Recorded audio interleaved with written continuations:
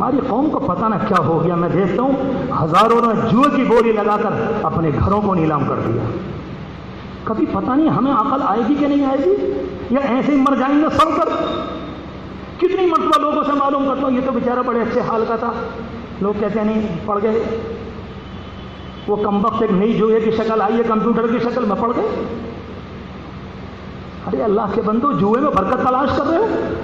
میں تمہیں قرآن مجید پر ہاتھ رکھ کر کہتا ہوں مجھے پوری دنیا میں ایک بتا دو کہ دنیا کا کوئی جواری سب سے بڑھ کر خوشحال زندگی گزار کے دنیا سے گیا ہو, ایک بتا دو پوری دنیا میں. انگریز من حیث القوم جواری قوم ہے, اس کے ملک میں تو 18 سال سے جا رہا ہوں. تم مجھ سے زیادہ کیا جانو, تمہارا پڑھا ہوا ہے میرا دیکھا ہوا ہے, تمہیں کیا معلومات ہے. مگر پوری قوم نے اپنے آپ کو جوئے میں ڈال کر 100% تباہ کر دیا. ہر قدم پر جوا گھر, ہر قدم پر جوا گھر, ہر قدم پر کسینو, ہر قدم پر جوئے گھر. یہاں پر جوا, یہاں پر جوا, یہاں پر جوا, یہاں پوری کی پوری قوم لگی, تباہ ہو گئی, برباد ہو گئی. کھانے پینے کے لالے پڑے ہوئے ہیں. کبھی کبھی کسی جگہ جاتا ہوں تو لوگ کہتے ہیں کہ مولانا یہاں سے لے کر وہاں تک, تقریباً یہاں سے لے کر بس اڈے تک جتنے مکان ہیں یہ سارے کے سارے بینک کے لون پر لیے ہوئے مکان ہیں, کیونکہ یہ سارے کے سارے جوئے میں اپنا مکان ہار گئے. افسوس پر مکان ایک نہیں سینکڑوں کی مقدار.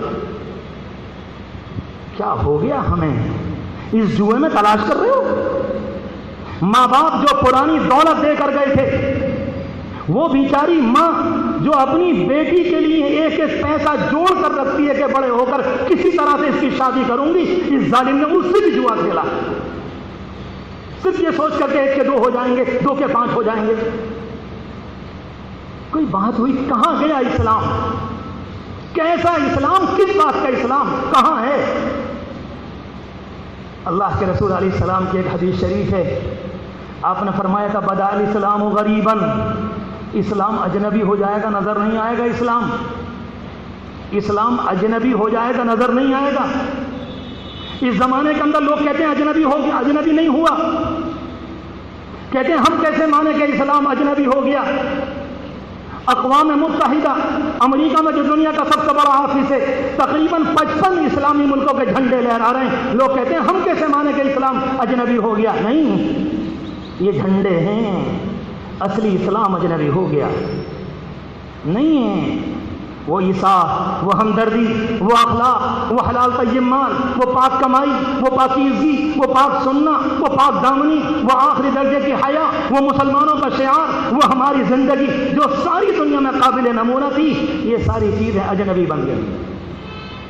اب تو لوگ اپنے گھر میں اس بات پر نہیں ٹوکتے, اپنی بیوی کو, اپنے بچے کو نہیں ٹوکتے, اپنی بچیوں کو نہیں ٹوکتے کہ بیٹی آپ جوان ہیں, آپ کی عمر 15 سال ہے, آپ کی 18 ہے, کم از کم اپنے گلے میں دوپٹہ ڈالو. کہتے ہیں اس سے ذرا بات نیچے درجے کی ہوگی.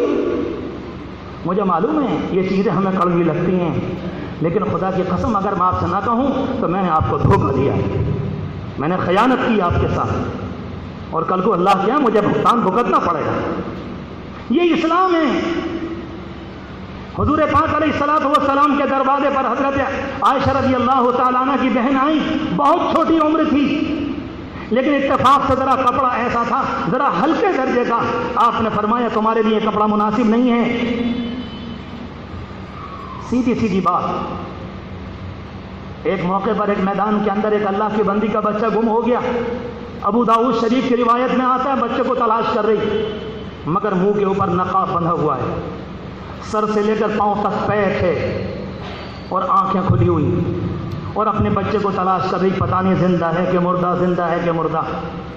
کسی نے پوچھا اماں جی کیا تلاش کر رہی ہو؟ کہنے لگی بچہ. کہا کیا ہوا کہ نہیں مل رہا؟ کیا مطلب, ہو سکتا ہے شہید ہو گیا, ہو سکتا ہے ابھی موجود ہو. تو کہا کہ اماں جی بچے کی تلاش اس حال میں بھی پردہ اور برقع, اس حال میں کیا گزری ہوگی ماں کے دل پر. مگر وہ ماں تھی, وہ کہہ گئی دنیا سے بچہ مرا ہے, حیا نہیں مری, حیا کا سودا نہیں کیا ہے. ہماری حیا تو سڑکوں پہ مر گئی بغیر بچے کے مرے,